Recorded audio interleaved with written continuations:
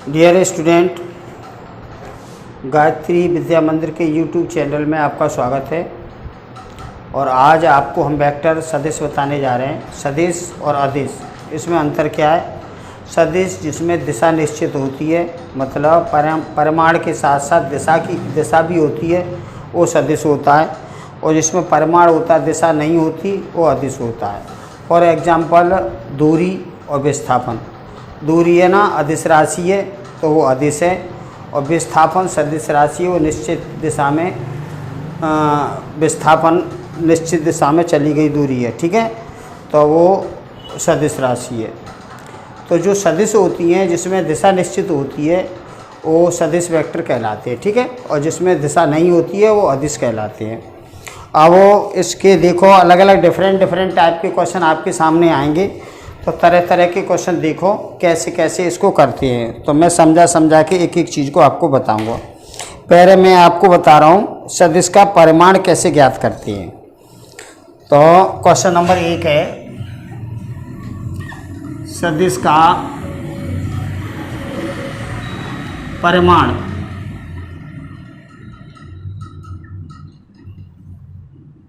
ज्ञात करना।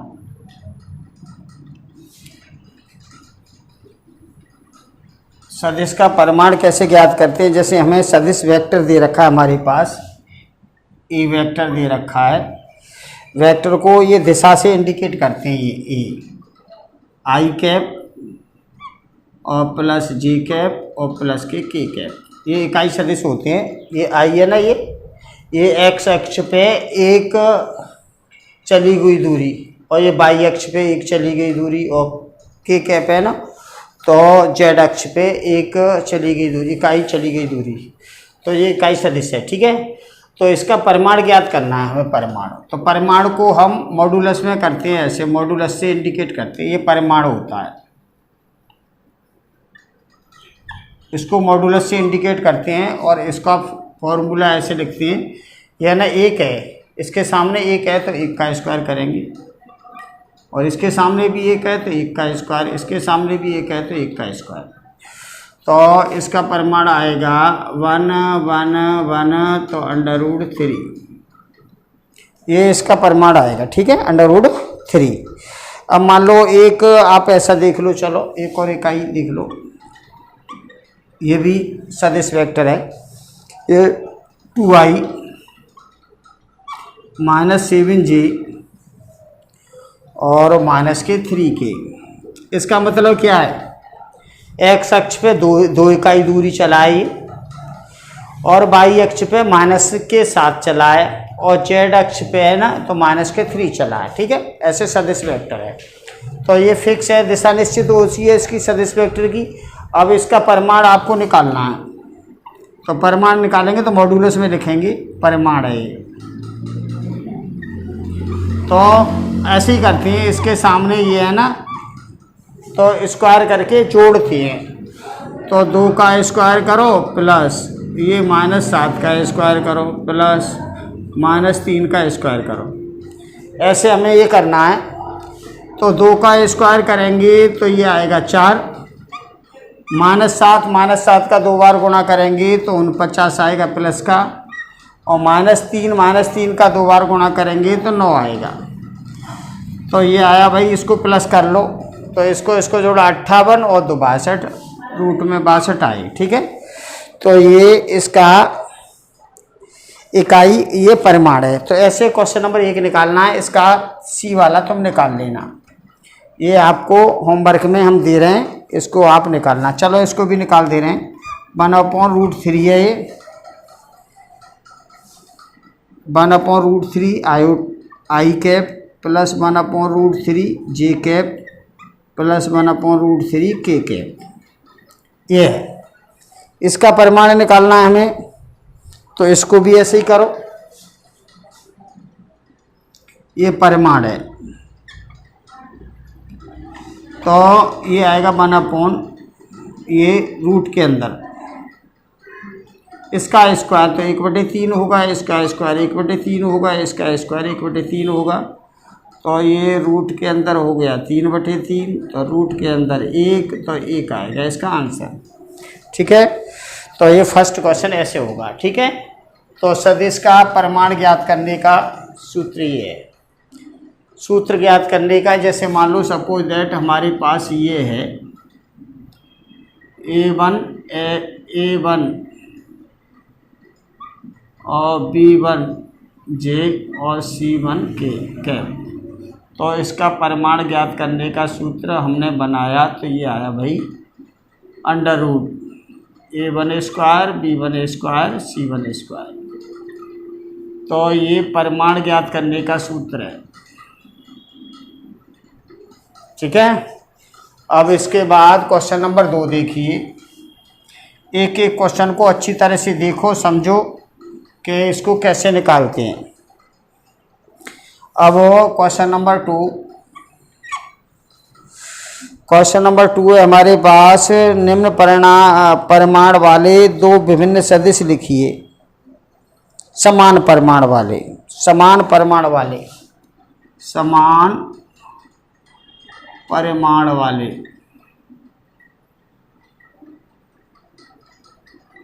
दो सदिश, हम तो 4 लिख सकते हैं, ठीक हो।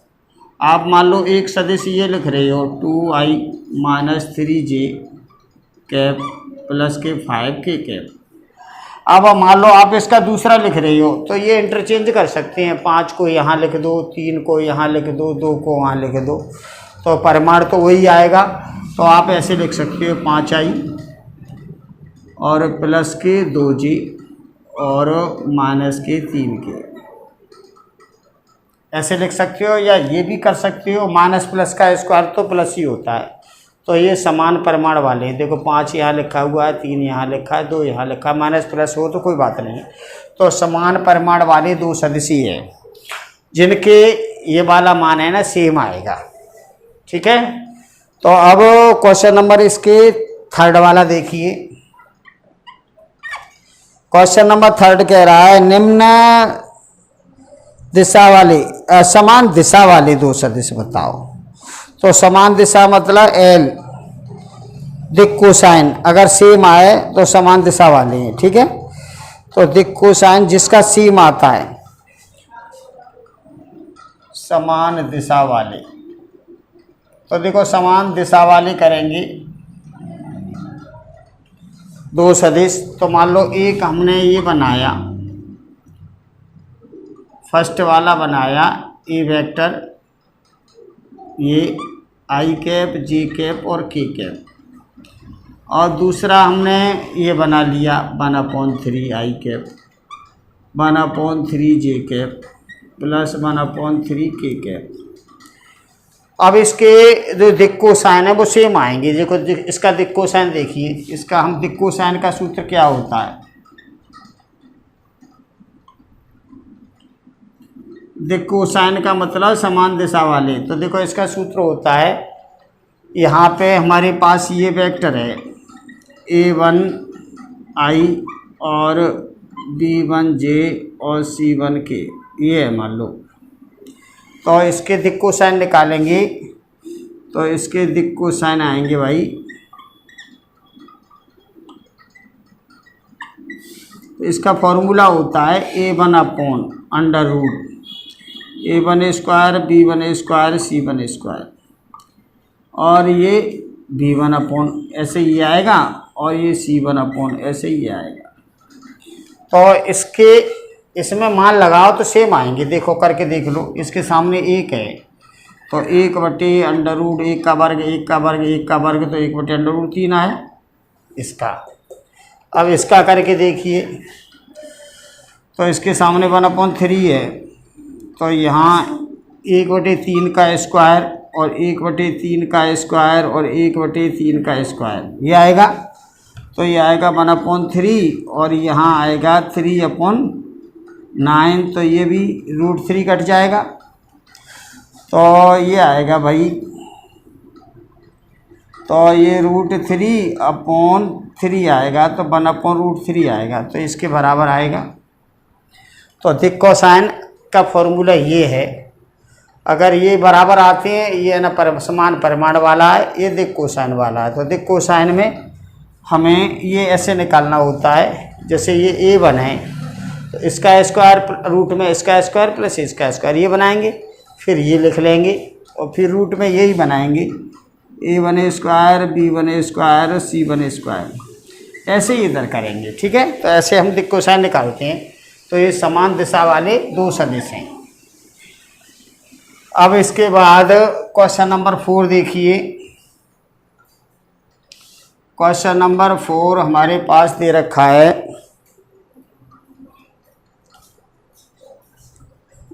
दो समान सदिश हैं तो एक्स वाई के मान ज्ञात करो। देखो समान सदिश होते हैं तो एक्स अक्ष और वाई अक्ष पे सेम काटेंगे समान सदिश से, तो बराबर लिख सकते हैं एक्स आई कैप है प्लस 3j कैप है ये, तथा ये एक्स आई कैप और plus 3j cap by J cap समान सदिश हैं।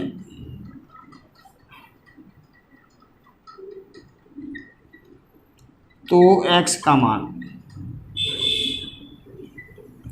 x तथा y का मान ये हमें निकालना है। तो यहाँ देखिए समान सदिश हैं तो ये और ये बराबर रखेंगे।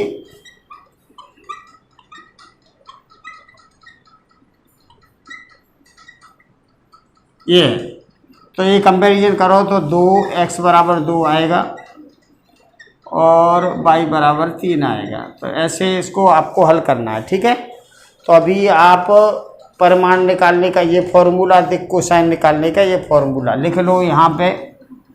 दिक् कोसाइन निकालने का ये फॉर्मूला यहाँ लिख लो, a1 upon under root a1 square b1 square c1 square, b1 upon under root a1 square b1 square c1 square, और c1 upon under root a1 square b1 square और c1 स्क्वायर। तो ये दिशा दिक् cosine निकालने का ये सूत्र है और परिमाण निकालने का ये सूत्र है। ठीक है, अब ये एक सूत्र ही है, एक ही है, और ये क्वेश्चन नंबर 4 हो गया। अब क्वेश्चन नंबर 5 देखिए। क्वेश्चन नंबर 5 में कह रहा है एक सदिश प्रारंभिक बिंदु और अंतिम बिंदु दे रखा है, इस सदिश के अदिश और सदिश घटक बताओ। देखो प्रारंभिक बिंदु और अंतिम बिंदु दे रखा है। प्रारंभिक बिंदु है हमारे पास 2 1 और अंतिम बिंदु है हमारे पास -5 और 7।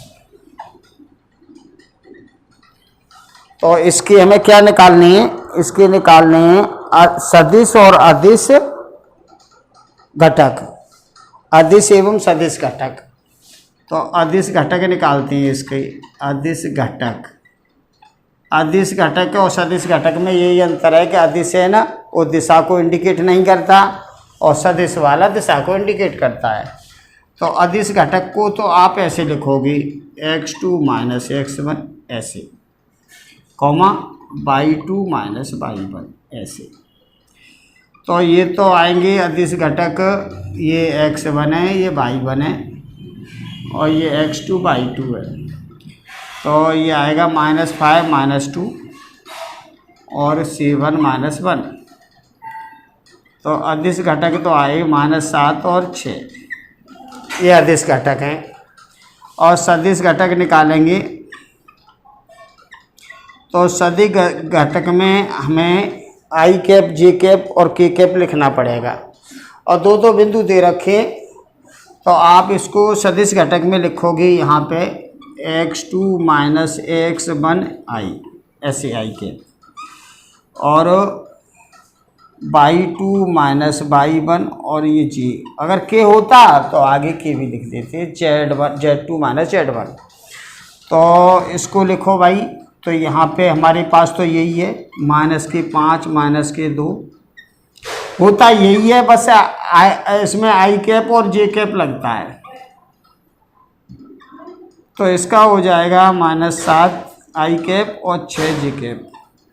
तो ये इसका अदिश घटक है, ये इसका सदिश घटक है। ऐसे हमें क्वेश्चन नंबर आपको क्वेश्चन नंबर 5 करना पड़ेगा। अब 3 वेक्टर का योगफल, क्वेश्चन नंबर आगे देखिए, 3 वेक्टर का योगफल कैसे करते हैं। 3 वेक्टर जो हैं उसका योगफल, क्वेश्चन नंबर है हमारे पास 6।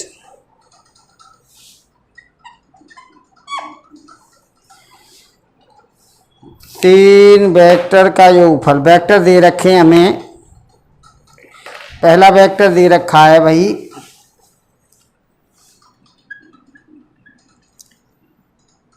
i कैप -2j कैप और प्लस का की कैप, और दूसरा वेक्टर दे रखा है -2i कैप और प्लस के 4j कैप और प्लस के 5k कैप, और सी वेक्टर हमें दे रखा है i कैप -6j कैप और के 7k कैप, और ये कह रहा है इसका योगफल ज्ञात करो। योगफल पूछा है भाई, तो इसका योगफल निकालेंगे तो तीनों को जोड़ना है। ऐसे योगफल यही तो है, तो तीनों को जोड़ दो भाई। तो पहले आप ये लिखो i कैप -2j कैप और प्लस k कैप, और फिर ये वाला भी लिख लो 2i cap plus 4j cap और प्लस 5k कैप, और plus i cap -6j cap के 7k कैप। अब i वाला एक ये है, एक ये है, एक ये है, सबको एक जगह जोड़ लो, i लगा दो, तो सिंपल है, ये 1 है और इधर -2 है और उधर +1 है और ये i कैप है। अब ये देखिए, जे वाला ये है और ये है, तो जे वाले में आएगा भाई हमारे पास -2j 2 और प्लस के 4 और के 6, ये जे कैप है, और के वाला एक ये है और 5 ये है और के 7 ये है। ऐसे जोड़ना है बस। तो यहाँ देख लीजिए, ये होगा भाई, ये तो 0 हो गया,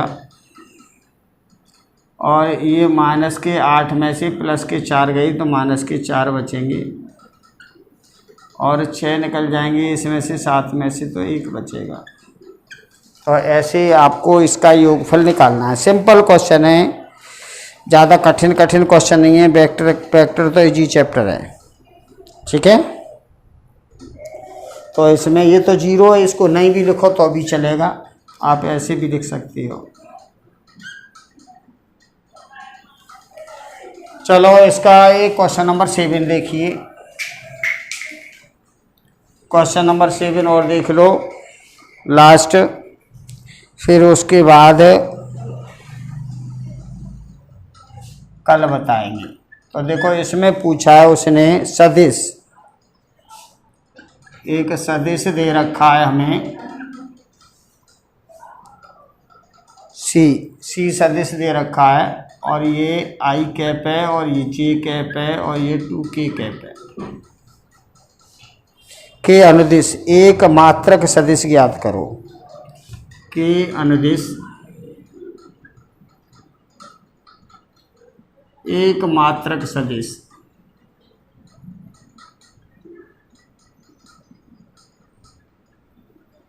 ज्ञात करो। ये क्वेश्चन है भाई, देख लो, इम्पोर्टेंट क्वेश्चन है, बोर्ड एग्जाम में ये आ चुका है।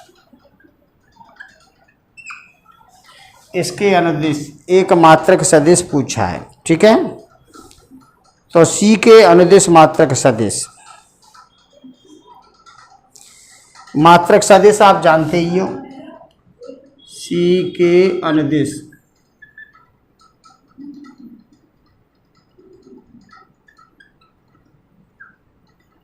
मात्रक सदिश। तो मात्रक सदिश को हम कैप से इंडिकेट करते हैं, तो सी कैप है ये, सी के अनुदिश मात्रक सदिश, तो सी कैप है। तो ये होता है वेक्टर सी अपॉन मॉडुलस, मतलब जो वेक्टर सी होता है वो उसमें परिमाण से भाग लगाते हैं, ठीक है, तो मात्रक सदिश आता है।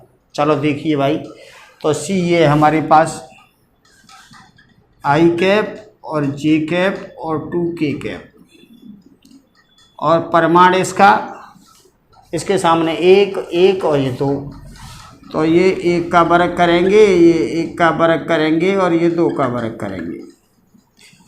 तो यहाँ देखिए आई कैप और ये जे कैप और 2k कैप अपॉन 1 का वर्ग 1 आएगा और ये 1 आएगा, ये 2 का वर्ग 4 आएगा, तो √6 आया। तो फिर इसको अलग अलग लिख दो, या 1/√6 यहाँ लिखो और ये ब्रैकेट के अंदर ऐसे लिख दो।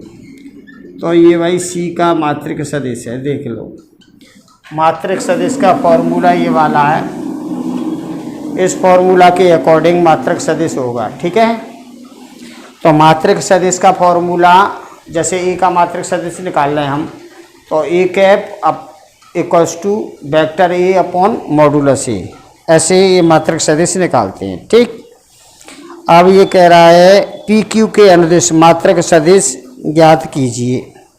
तो पहले तो पी क्यू निकालना है तुम्हें। चलो 7 क्वेश्चन हो गए, इतने ही काफ़ी हैं, पहले इनको रिवाइज करना, फिर कल और बताएंगे। ये एक्सरसाइज कल ही हो पाएगी क्योंकि इसमें अभी कितने 14 क्वेश्चन हैं ये पूरे, तो 7 हो गए, 7 कल बता देंगे। तो आज के लिए इतना ही काफ़ी है, धन्यवाद।